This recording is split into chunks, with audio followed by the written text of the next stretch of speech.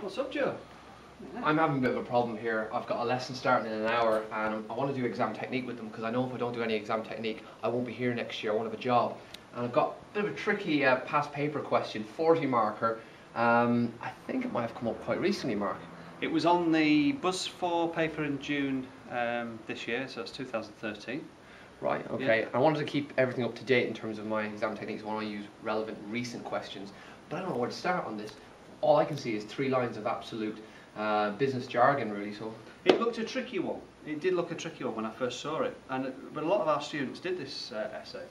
The key is just to keep calm and think about it. It was based on a little case study on Google, if you remember. That was the blurb at the start, isn't it? Little case study. You should refer to that a couple of times during your essay in order to get good application. That's right. That's right. But let's take a look at it. You know, do you remember when you're writing an essay, you do a little introduction, very small introduction, maybe a definition of culture, and then we need to get into these big paragraphs. And obviously, you want to plan your paragraphs in advance. But can you remember the acronym we used for the something to do with an orange and you're peeling layers? That's right, that's right. We call it the peel approach.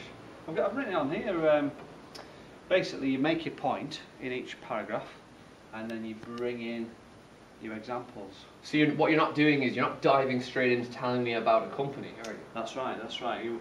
I mean, a lot of students, they just go straight in with an example.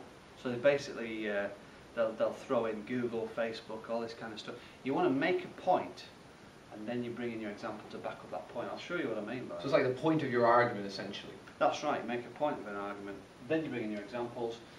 Ideally in that paragraph you want some evaluation in there, and you should link it to the trigger words in the essay. I mean, trigger words? That's right. I mean, right, let's take a look at this essay. What do you think are the key words in that? Right, okay, so in terms of the start of the essay, pretty standard. To what extent do you think, so they want your opinion, that the cultures of all highly profitable businesses, these are what you call your trigger words. You can also call them hooks as well. So I'm guessing, I could be wrong here, that your link that you're referring to in your paragraph structure has to refer to these hooks. Now, all highly profitable businesses are likely to be similar. Likely, so I guess you'd want to challenge that phrase at some point in your essay. And similar, that's also a hook. So we've now pulled out, I guess, a great deal out of this question. I certainly feel a little bit better about this. Good, good. I can feel that confidence. I mean, the thing is, you know, it's no good writing about businesses that are not highly profitable. We've got to link it to that. So the peel approach, very useful. The only thing I'd say about the peel approach, we've got to show analysis in our paragraphs as well. So as you're writing your examples, your evidence, you need to be bringing in those steps of analysis. Yeah, I guess the big point here, and this is why this is so important, if you don't have a point in your paragraph, then what's the point to your paragraph? That's why I always say, if you suddenly dive in and start telling me a lovely story about Facebook that I could have just got off Wikipedia, then really you're not actually making an argument, and that's the assessment skill, the assessment objective that they're trying to actually measure when they're actually correcting your essays. That's right. So basically, if we in terms of I'm just thinking as well, with peel you can actually break this up and think about where the assessment skills are being assessed here. Oh, that's so right, yeah.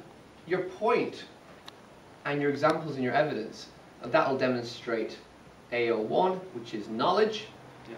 AO2, which is your application, and that is very evident in your examples and your evidence, and then the significance of what you're saying and what the actual effect of what actually happened in the businesses that you've used, that's your analysis. And that combination together gets you moving up the levels from level 1 up to level 5, and then down here your evaluation and your link is your AO4, which is your evaluation. That's right.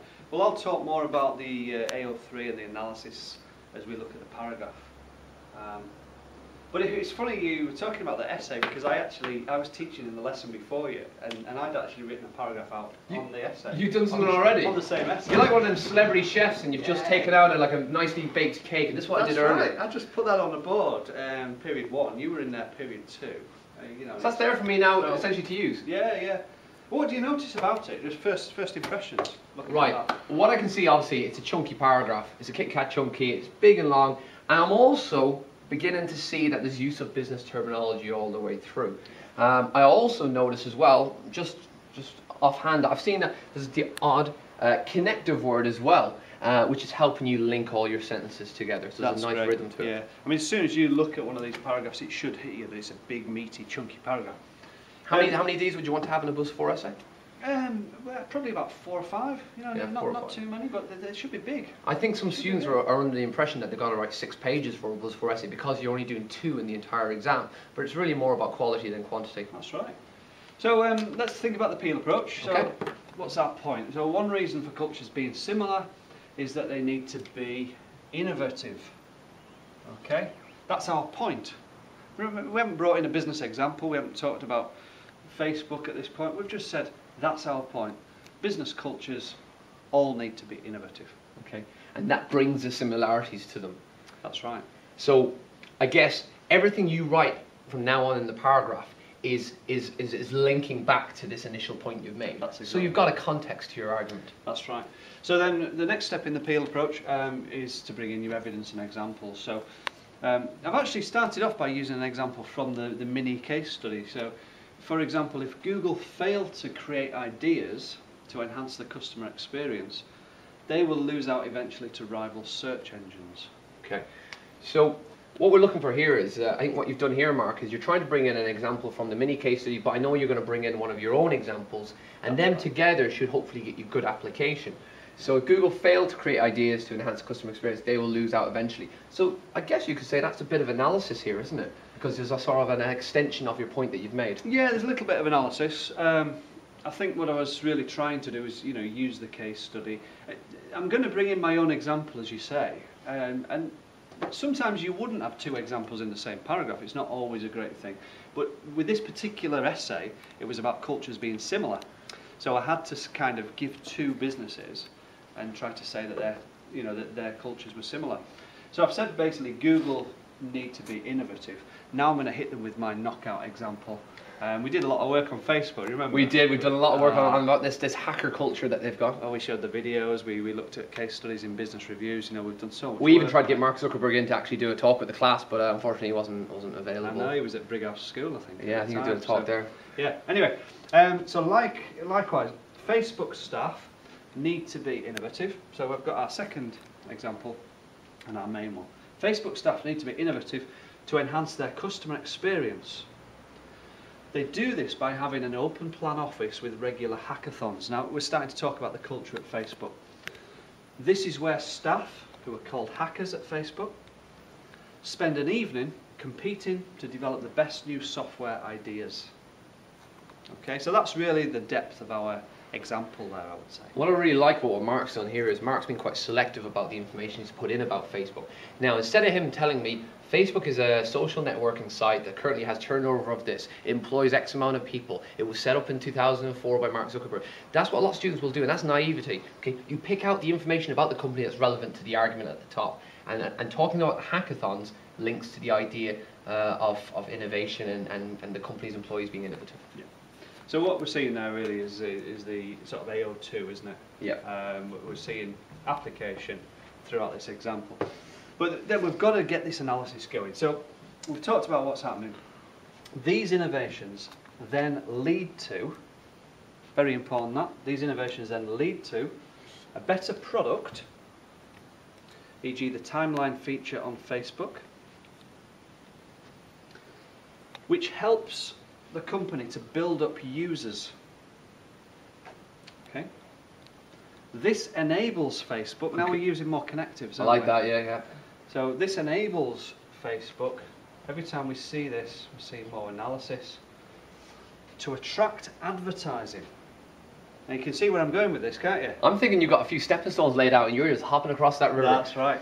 So more users enables Facebook to attract advertisers, as they can target users with carefully targeted adverts. So that's kind of because as they can target users with carefully targeted adverts, this brings in huge amounts of revenue, causing Facebook to be highly profitable.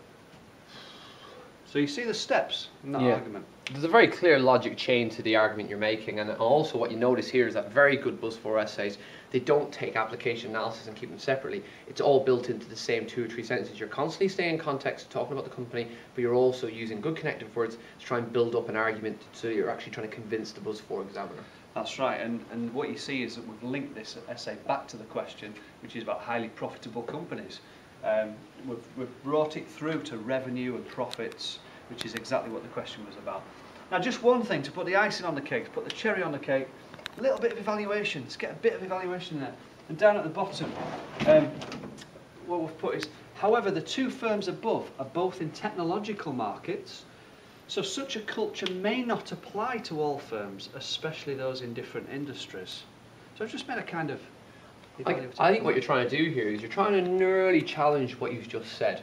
You're not saying what you said is wrong, but you are questioning it and saying that, however, these firms that I've used are both operating in similar types of industries, and what you said may not be applicable to all industries. And I think that brings a realism to your paragraph, and the BUSS4 examiners going to look at that and go, this person actually has understood specifically what the question is asking. That's right, that's right. And you know, you don't have to evaluate in each paragraph, but I just think if you evaluate in the odd paragraph and then you do your big conclusion at the end, you've got a really good chance of getting top evaluation. We'll do another video talking about evaluation, how you pull it all together. So that last paragraph, which makes up 14 marks. Yeah, I mean that deserves its own. That deserves its own video, really. But can I ask you something? Is there any chance I can take this, use it in my lesson, and then pass it off as my own completely? Or do I need? Well, should I maybe put copyright M. Mitchell here? It's up to you. I mean, basically, say it's yours. Buy us a drink in the Grove tomorrow. No words. Settle it at that. Yeah, all right. Yeah. Thank you very much. Brilliant. So that's essay writing using the Peel approach.